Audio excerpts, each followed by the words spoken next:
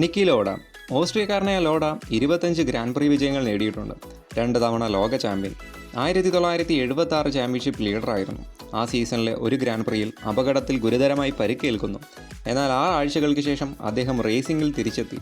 Rush movie നിങ്ങൾ കണ്ടിട്ടുണ്ടാകും. Jim Clark UK നാഷണലാണ്.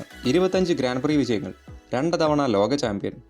Ayrton Senna ബ്രസീലുകാരൻ, 41 ഗ്രാൻഡ് പ്രീ വിജയങ്ങൾ. ഫോർമുല 1 ചരിത്രത്തിലെ ഏറ്റവും വലിയ ഇതിഹാസ റേസിംഗ് ഡ്രൈവറായി കണക്കാക്കുന്നു. 1994 സാൻ മാരീനോ ഗ്രാൻഡ് പ്രിയിൽ അപകടത്തിൽ ജീവൻ നഷ്ടമാകുന്നു. സെബാസ്റ്റ്യൻ വെറ്റൽ ജർമ്മൻ നാഷണലാണ്. 53 ഗ്രാൻഡ് പ്രീ വിജയങ്ങൾ, 4 ചാമ്പ്യൻഷിപ്പുകൾ, എല്ലാം റെഡ് ബുള്ളിൻ്റെ ഒപ്പം. മാക്സ് വെസ്റ്റാപ്പൻ ഡച്ചുകാരനായ വെസ്റ്റാപ്പൻ 65ലേറെ ഗ്രാൻഡ് പ്രീ വിജയങ്ങൾ നേടിയിട്ടുണ്ട്.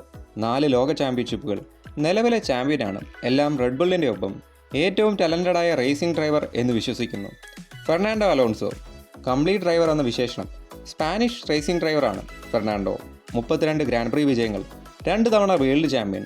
ഫോർമുല 1 ചരിത്രത്തിലെ ഏറ്റവും അധികം ഗ്രാൻഡ് പ്രീകളിൽ റേസ് ചെയ്തിട്ടുണ്ട്, 400 റേസിന് മുകളിൽ. കിമി റൈക്കനൻ ഫിൻലൻഡുകാരനായ കിമി 21 ഗ്രാൻഡ് പ്രീ വിജയങ്ങൾ നേടിയിട്ടുണ്ട്. ഐസ്മാൻ എന്ന വിശേഷണം. 1 തവണ ലോക ചാമ്പ്യൻ. ഫെറാറി ടീമിൻ്റെ ഒപ്പമാണ് 2007 ചാമ്പ്യൻഷിപ്പ് നേടിയത്. കിമിക്ക് ശേഷം ഫെറാറി ടീം ഡ്രൈവേഴ്സ് ചാമ്പ്യൻഷിപ്പ് നേടിയിട്ടില്ല. 353 ഗ്രാൻഡ് പ്രീകളിൽ അദ്ദേഹം റേസ് ചെയ്തിട്ടുണ്ട്. ഇത് 3ാമത്തെ അധികം ഗ്രാൻഡ് പ്രീകളാണ് ഫോർമുല 1 ചരിത്രത്തിൽ.